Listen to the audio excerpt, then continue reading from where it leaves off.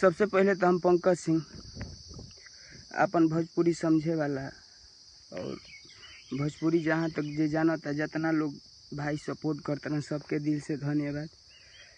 अब भाई एगो बात बताओ तनी बहुत ज़्यादा भाई काल हो हम आवे वाला रही फेसबुक पर लाइव बाकी बहुत ज़्यादा भैया सतावल गइल बा भैया। मान तनी कि हम गलती कैले बनी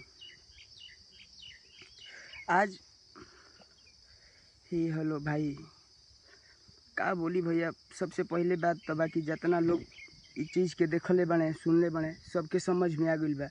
हम एक जगह ना भैया बहुत जगह हेल्प के इच्छा कैले बनी। आज तक रोग के बतावा तनी कि हम बक्सर जिला में पलल पोसाइल बनी, बक्सरे रहल बनी, गाना सब गावत रहल, अपना मन के गावत रहल। एगो कदम हम उठैनी भोजपुरी में इतना ज़्यादा भाई घर वाला के परेशान कर दी हल गई, इतना ज़्यादा कि पैसा के बल दिखावल गई। आज तक भाई हम अपन पापा ले कुछ बात ना कैले रही। फर्स्ट वाली अपन पापा ले बहुत नज़दीक हो के भाई बतीले बनी फर्स्ट पार्ट।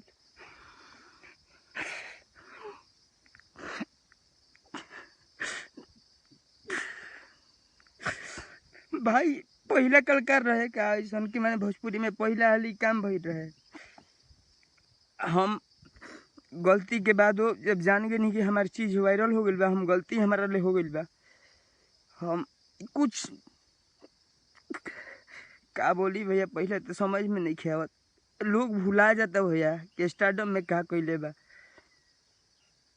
काल हम लाइव आवेला रही, मतलब इतना पैसा के जोर देखावल गई, इतना मतलब इतना बड़ा बड़ा पद ले फोन आवे लगल हमारा पर। कोई हमारा आगे पीछे ना रह भैया, हम अकेले काल तक तो अकेले रही। आज इतना भाई के प्यार मिलल बा आ सब कोई समझ चुकल बा कि कांड का होती है।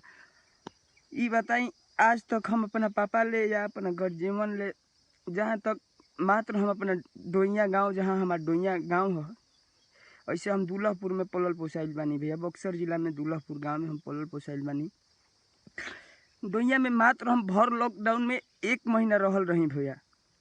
उ जगह पे प्रशासन के भेजल गई और देखी हमरा ले गलती भई रहे का, हमारा उठा के कोनो जना ले जीते का। आ 50 जना भैया कहता रहे कि 200 लड़का लेके आवत घरे तहरा ले बतियाई।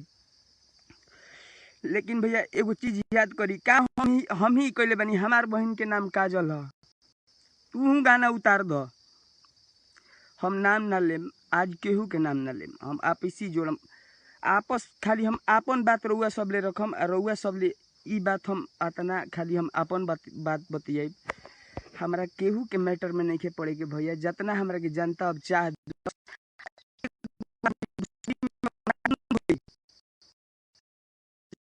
हम नहीं गाई, आगहू गई आ इहे चीज गाई जौन भइल बा।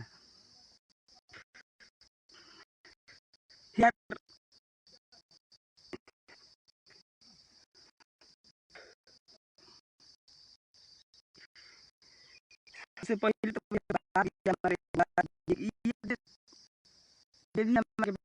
आज के डेट में जे भाई निकल हम लाइव देखता रहे, लाइव बात करते हम सब ले बतियातनी। थैंक यू, एकदम सही। रोशन भैया बताओ भैया, अगर हमारा में गलती हो के तो तू गईले बड़, तू तो यार कौन गत पर नहीं गिर गई।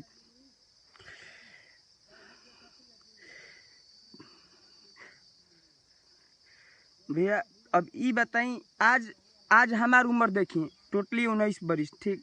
आज हम गलती कैनी आ वो हमारे के केहू उठा के भैया ले जाए कि कोनो जाने की हिम्मत ना रहे भैया। बहुत मतलब हमारा पुलिस प्रशासन के पैसा इतना दे देवल रहे कि हम अकेले लइका भैया पूरा मतलब कि हम परेशानी में पड़ गई।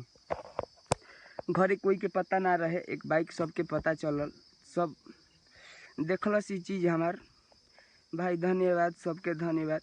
आ ई हम कॉल रिकॉर्डिंग रखले बानी, निमन निमन धूर्त के कॉल रिकॉर्ड रखले बानी, जे कहता कि मतलब हम नहीं की चीज़ में हम नहीं कैले, सबके हमारे के कॉल रिकॉर्ड पड़ल बा। और रउआ भैया एगो बात बोची कि 19 बरिस के पंकज सिंह है तरी छतिया पीट तरन रउआ सबके खाली एथी ले एगो बात कही भैया तो हमारे लिए बहुत बड़ अपराध भई रहे, बहुत बड़ अपराध कैनी हम। माफी मांगे भैया हम गई रही, माफी मांगे हम गई रही, हमारा के यहाँ कोई ना आई रहे। अब माफी मांगे गईनी भैया, हमारा के फोन ले पूरा बात हो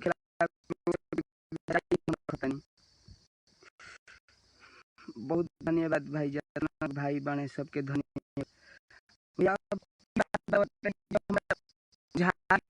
पैसा के जोर पर हमरा के बर्बाद कर दिहल जाई, हमरा के जान से मार दिहल जाई। हम का कहनी कि एगो हमार पर्सनली दुश्मनी रहे, एगो डिजिटल के मैनेजर हमें उनका ले जे कि हमारा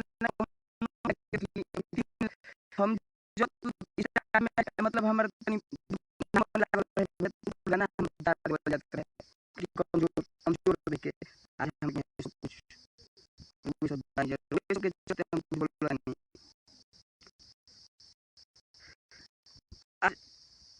रउआ सब देखी कि का भइल ह आ का मतलब ई केहू ले छिपल नहीं खे भैया, केहू ले नहीं के छिपल।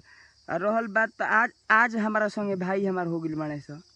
भाई हमार जितना बड़ आदमी बा हमारे खातिर भगवान जे हमारा के आज जियले बा, हमार भगवान रूपी जनता बाड़े। एकर ले ज्यादा पद केहू के नहीं खे, ये भगवान हमारा नजर में बाड़े, हरदम हम चरण में रहम भैया। लेकिन भैया देखी जब हम फोन कैनी उनका पर कि भैया ऐसा तो मैटर हो गया भैया, गलती तो हो गई बा। अब ये चीज़ के देखी हम बहुत मतलब शर्मिंदगी महसूस करता नहीं कि हम बहुत गलत काम कैले बनी गान गा के। बात नहीं भैया, हमरा ले कुछ नहीं हो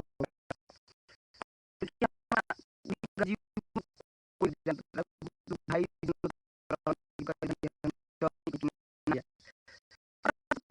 हमर रहे कि घात कहीं से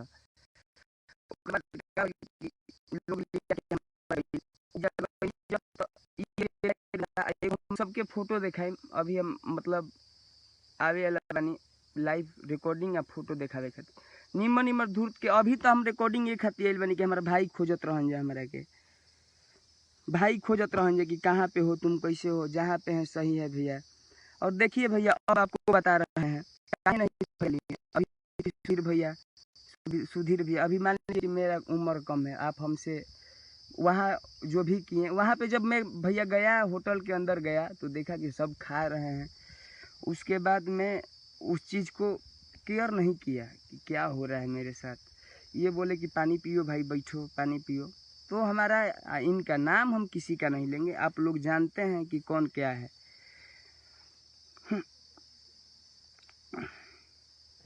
अब जान जी कि भैया जहाँ तक की बात पहुँचल सब मतलब कि देखिए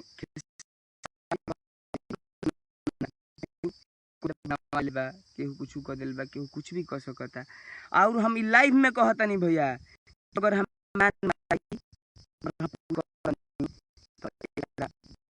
जितना रूप बा खेसारी लाल यादव के चाहिए वही भाई होटल में तो 10 लोग इकट्ठा, 10 से 12 लोग।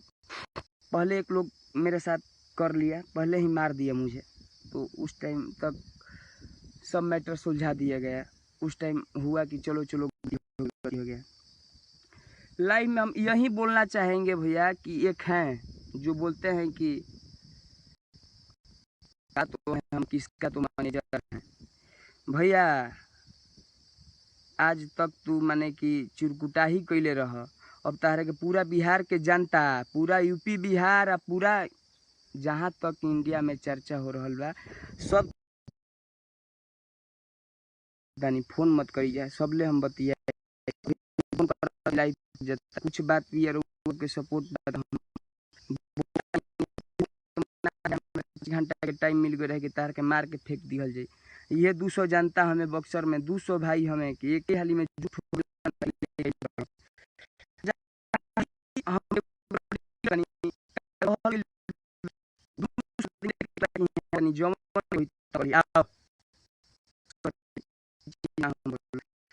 भाई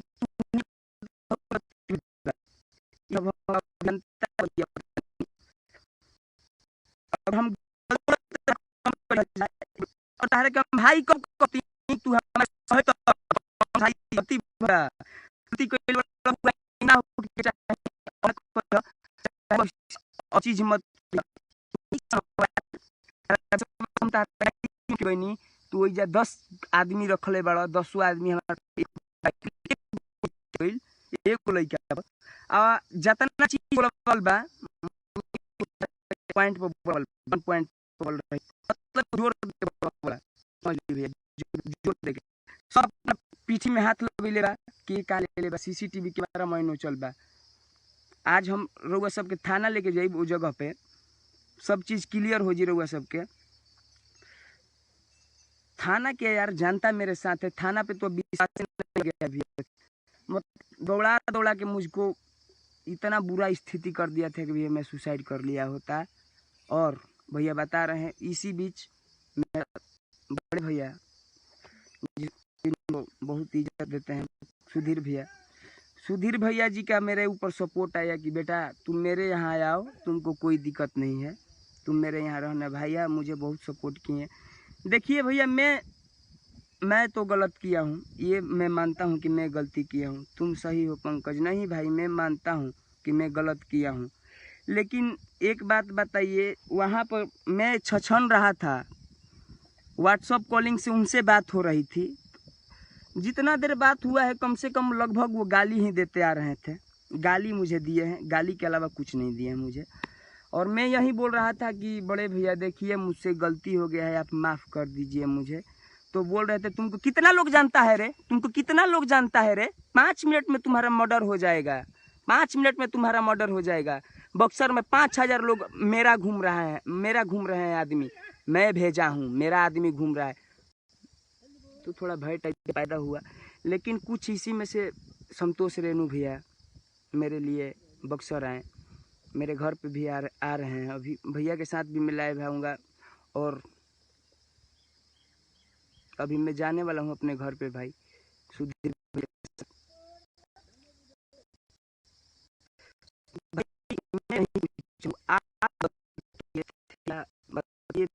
मैं गलती खाली हम गलती करता नहीं भैया, खाली हम ये बात चाहता नहीं भैया। विवादित गाना के ले रहा है, हमारा पर्सनल दुश्मनी बा काजल नाम के गाना ले हमार बहन है, गाना उतरे के चाहिए। हमारा पर्सनली दुश्मनी बा नीलुआ के नाम ले, नीलुआ मेरी इतना जनता है किसी की भी बहन है। एक बात हमको बताइएगा, वो जो बोलते हैं मैं बहुत बड़ा स्टार हूँ,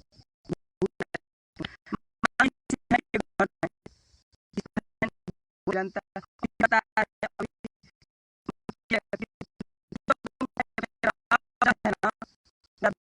देंगे और जहाँ तक की बात है पूरा विश्व हिला देंगे और हम बैठेंगे। क्या बोले थे, याद नहीं पड़ रहा है, मैं कॉल रिकॉर्ड करके मैं अपने भाई पे मेरा वो व्हाट्सएप का बटन टिप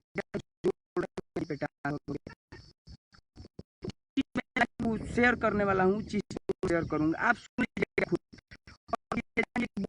सब लोग की धारणा देंगे, हम धारणा पर बैठ जाएंगे तो सोच लो तुम्हारा क्या हो जाएगा। बोलते थे कि तुमको कितना लोग जान रहा है रे, तुमको कौन बचा लेगा रे, गाली देके तुमको कौन बचा लेगा रे, कोई माल है कि तुमको बचा लेगा। छपरा में ही हूँ,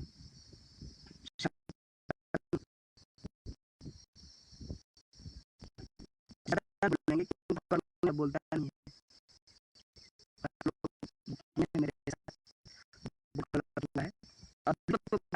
और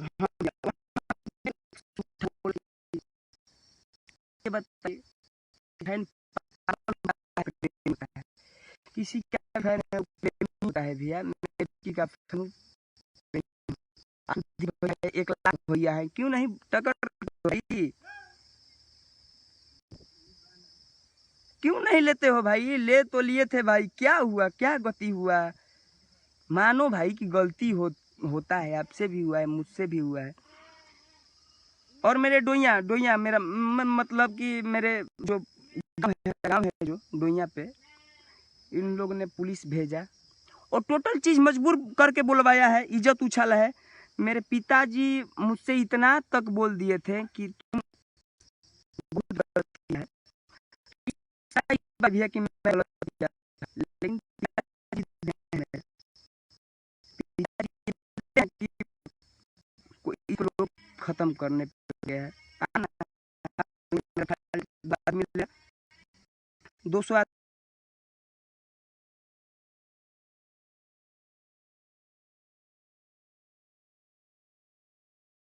बता रहा हूँ।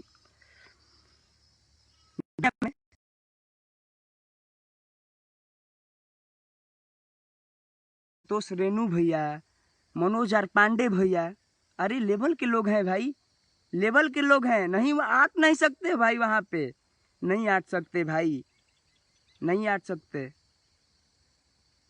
नहीं आट सकते। ये मैं बोल रहा हूँ कि नहीं आप आट सकते, क्योंकि वो लोग बनाया है भैया। वो सब लाइव कट जा रहा है,